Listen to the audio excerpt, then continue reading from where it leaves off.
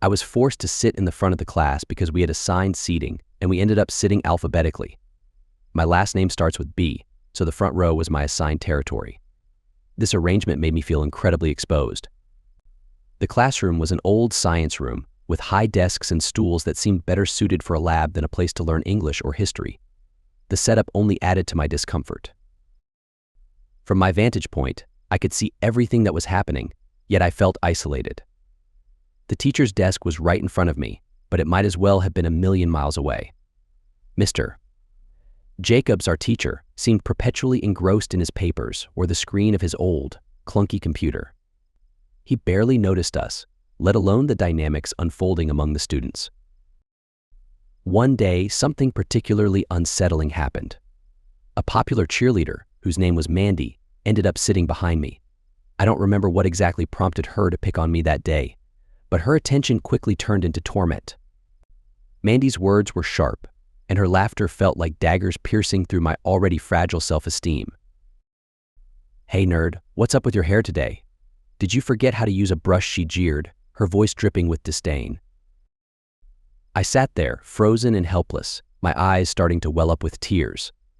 My heart raced as I tried to ignore her, but Mandy wasn't one to be ignored. She poked me in the back with her pencil, giggling with her friends as she did so. Each jab felt like a personal attack, a reminder that I was different, that I didn't belong. I glanced at Mr. Jacobs, hoping he would intervene, but he remained oblivious, buried in whatever he was doing at his desk.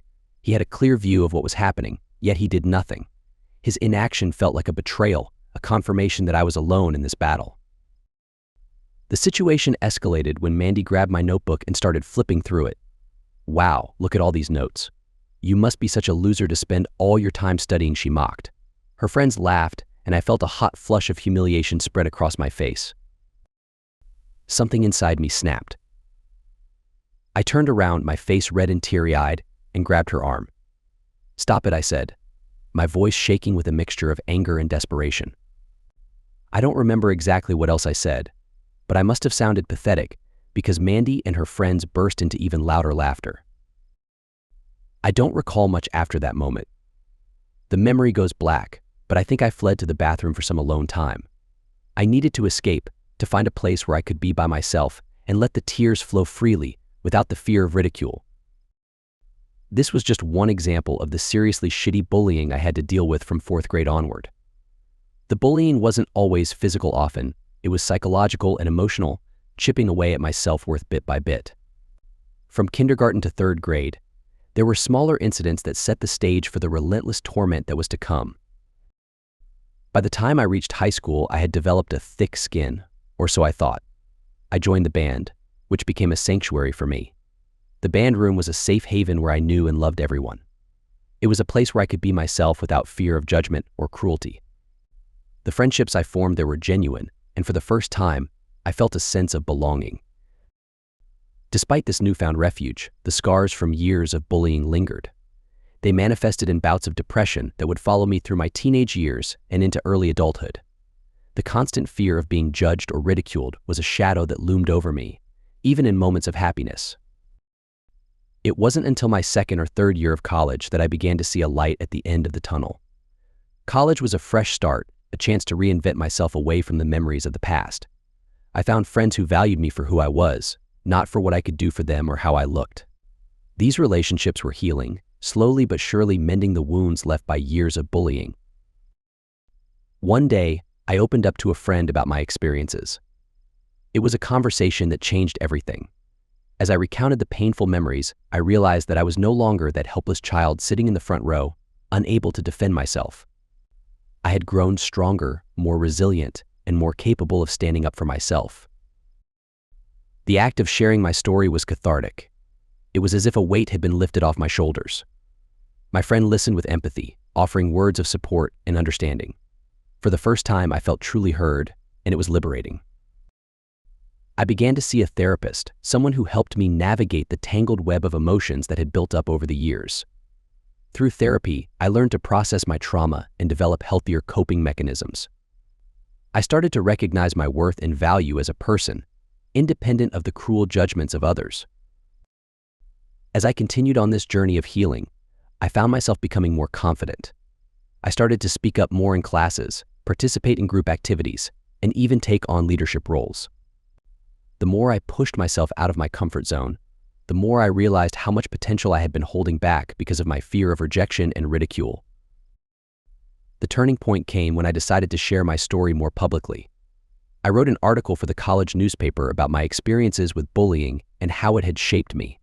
The response was overwhelming. People I didn't even know reached out to me, sharing their own stories of pain and resilience. It was a powerful reminder that I was not alone, that many others had faced similar struggles and had come out stronger on the other side.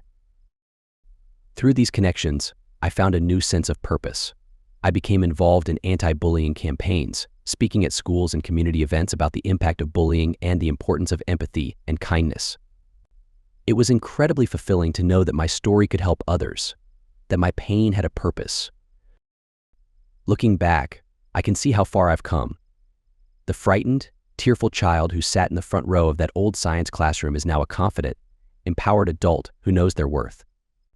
The journey hasn't been easy, and there are still moments when the memories resurface, but I now have the tools and the support to handle them. The experience taught me the importance of resilience and self-compassion. It showed me that while we cannot always control what happens to us, we can control how we respond and how we let it shape our future. I learned that vulnerability is not a weakness but a strength, and that sharing our stories can be a powerful way to heal and connect with others. Today, I continue to advocate for those who are facing similar struggles. I volunteer with organizations that support bullied youth, offering a listening ear and a reminder that they are not alone. My past has given me a deep sense of empathy and a drive to make a difference in the lives of others. As I move forward, I carry with me the lessons I've learned and the strength I've gained. The journey of healing is ongoing, but I am no longer defined by the pain of my past. Instead, I am defined by my resilience, my compassion, and my commitment to creating a world where everyone is valued and respected. And so I look to the future with hope and determination, knowing that I have the power to overcome any challenge that comes my way. The scars from my past may never fully fade, but they are a testament to my strength and a reminder of how far I've come. Every so often, I revisit the memories of those early days, sitting in the front row of that old science classroom, feeling exposed and vulnerable. It's a way of reminding myself how much I've grown and how much I've overcome. There were many days when I felt like giving up, but the small victories along the way kept me going. I remember the first time I stood up to a bully in high school. It wasn't a grand confrontation, but rather a firm no when someone tried to push me around. It felt like reclaiming a piece of my dignity.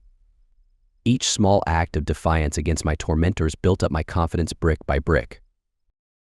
In college, I joined various clubs and organizations that helped me step out of my comfort zone. One such group was a theater club, where I learned the power of expression and the cathartic release that comes from stepping into different roles. It was an incredible experience that allowed me to channel my emotions into something creative and constructive. The friendships I formed in college were another crucial part of my healing process. I surrounded myself with people who were supportive, understanding, and genuinely cared about me. These relationships were a stark contrast to the toxic environment I had endured in my earlier years. We shared laughs, tears, and countless late-night conversations that helped me realize the value of true friendship.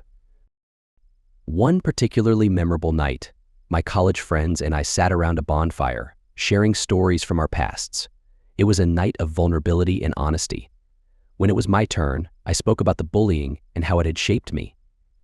My friends listened intently, offering words of encouragement and sharing their own struggles. That night, I felt a profound sense of connection and belonging. As I delved deeper into my studies, I discovered a passion for psychology. Understanding the human mind and behavior fascinated me, and I decided to pursue it further. My interest in psychology was partly fueled by my own experiences and a desire to help others who were going through similar challenges. I wanted to be the support system for someone else that I had so desperately needed during my darkest times. During my junior year of college, I began volunteering at a local youth center. Working with young people who were dealing with bullying, anxiety, and depression was incredibly rewarding. I saw myself in many of them, and I was determined to make a positive impact. I led support groups, organized activities, and provided a safe space for them to express themselves. It was a deeply fulfilling experience that reinforced my commitment to helping others. After graduating, I continued my journey in psychology, eventually earning a degree and becoming a licensed therapist. I chose to specialize in working with adolescents, knowing firsthand how crucial those formative years are. My clients often reminded me of my younger self, and I was determined to guide them towards healing and resilience. One of my most challenging but rewarding cases involved a teenage girl named Emma. She had been severely bullied at school and was struggling with depression. In our sessions, we worked on building her self-esteem, developing coping mechanisms, and creating a support network. Watching her transform from a withdrawn, anxious girl into a confident, self-assured young woman was one of the most gratifying experiences of my career. Emma's journey was a testament to the power of empathy, understanding, and resilience. It reinforced my belief that with the right support and guidance, anyone can overcome their past and create a brighter future. As I continue my work as a therapist, I am constantly reminded of the importance of compassion and the impact it can have on someone's life. I strive to create an environment where my clients feel heard, valued, and supported. My own experiences have given me a unique perspective and a deep sense of empathy, which I bring to every session. Looking back, I am grateful for the challenges I faced. They shaped me into the person I am today, resilient, compassionate, and driven to make a difference. The journey has not been easy, but it has been worth it. I have found my purpose in helping others heal and grow, and in doing so, I continue to heal and grow myself. The scars from my past may never fully fade, but they are a testament to my strength and a reminder of how far I've come. Each day, I am inspired by the resilience of the human spirit and the capacity for growth and healing. My story is just one of many, but it serves as a reminder that we are all capable of overcoming our struggles and finding our place in the world. And so I move forward with hope and determination, knowing that I have the power to create a positive impact and help others on their journey towards healing. The experiences that once caused me pain have now become the foundation of my strength, and I am committed to using that strength to make a difference in the lives of others.